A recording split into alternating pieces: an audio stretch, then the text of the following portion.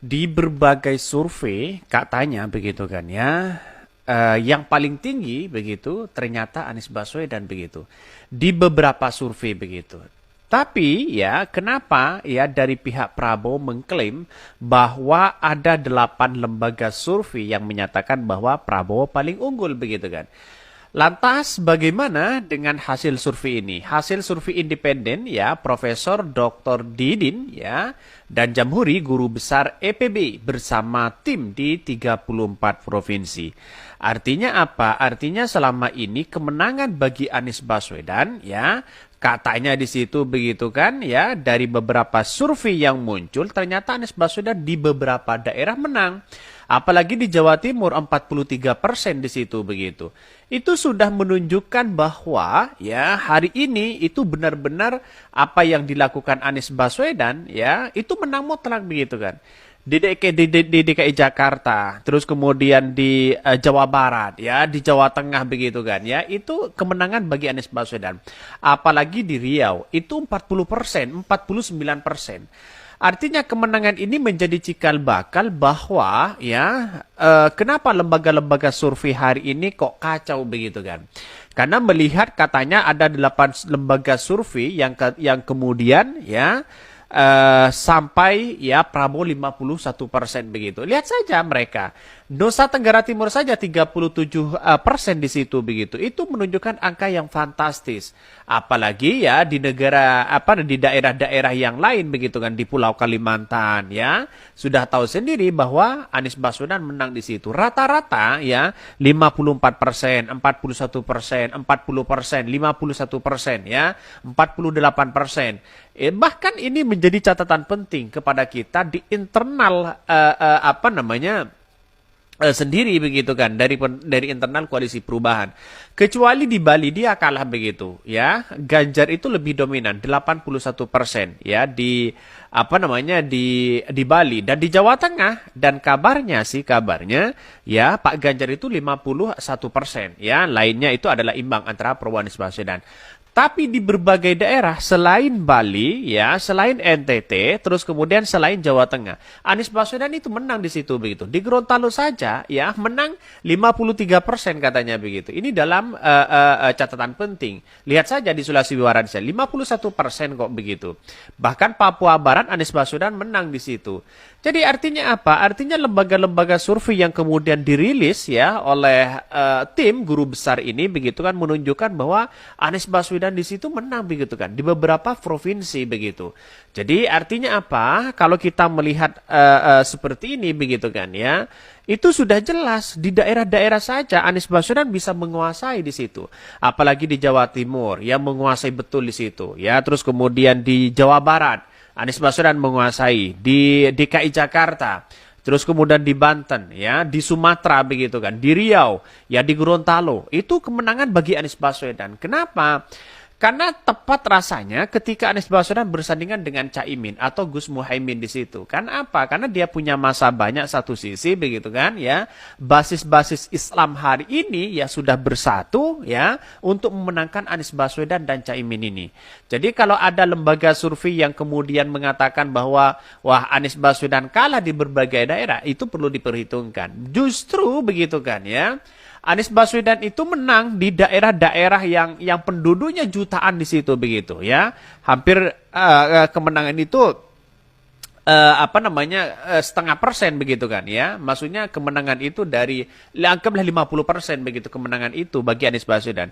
Di DKI Jakarta bayangkan di DKI Jakarta 57% itu atas kemenangan Anies Baswedan. Ya kita lihat saja begitu kan. Kenapa sih ya survei Anies Baswedan yang tinggi sering ya dikunjungi oleh Pak Jokowi begitu. Salah satunya banyak ke Papua ya karena memang Anies Baswedan menang di situ begitu kan.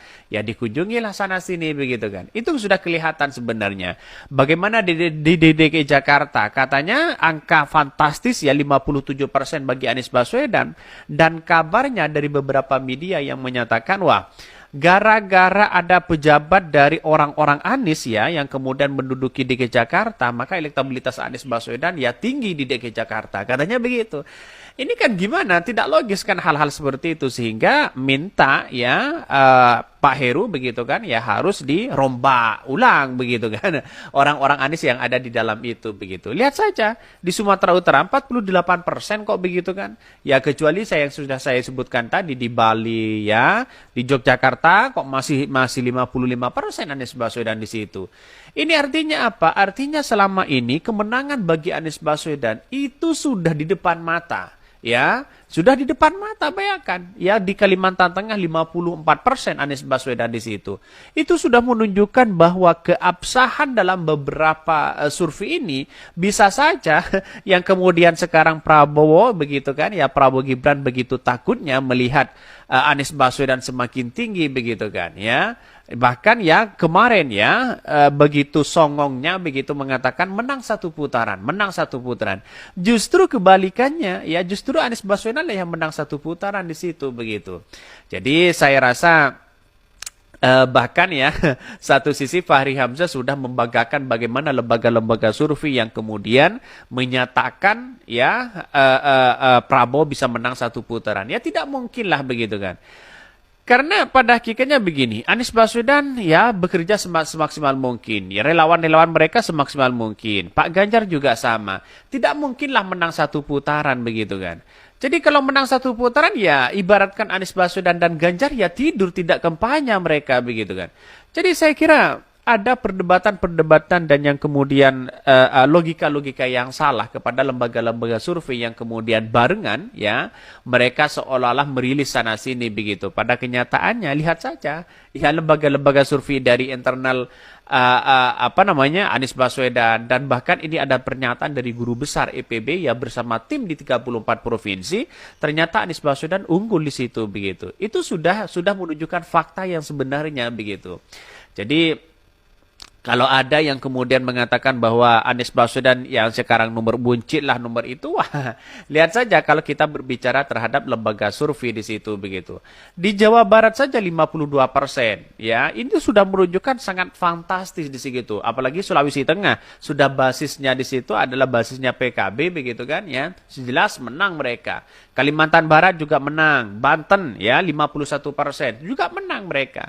Jadi di NTB saja begitu kan ya, walaupun ada TGB ya tidak begitu signifikan mereka, dampaknya tidak begitu signifikan karena pada kenyataannya masyarakat hari ini sudah cerdas, tidak bisa dibohongi dengan berbagai hal lembaga-lembaga survei sana sini begitu kan yang menyodorkan bahwa Pak Prabowo katanya menang satu putaran, ya tidak mungkin lah begitu kan. Saya kira ini mulai agak kekecewaan mereka bagaimana Anies Baswedan kemana-mana harus ya diselidiki, diincar lah begitu kan ya. Terus kemudian wah itu untuk menaikkan elektabilitas sana sini didatangilah orang ya sana sini, bahkan bisa saja Pak Jokowi datang ke situ begitu ya, diikuti terus mereka. Jadi saya kira perdebatan-perdebatan sekarang ini begitu kan ya biar masyarakat yang menilai ya, apapun lembaga surveinya, apapun yang kita lakukan biar masyarakat yang menilai, biar masyarakat yang memilih, karena pada kenyataannya semuanya ini adalah masyarakat ya, semuanya masyarakat yang akan memilih, tidak mungkin ditentukan pada lembaga-lembaga survei. Kalau kita berbicara lembaga survei begitu kan yang kemudian beredar hari ini, kenapa sih ketika Anies Baswedan ada lembaga survei tinggi ya Anies Baswedan, kenapa lawan-lawannya tidak begitu percaya sana sini dan sebagainya.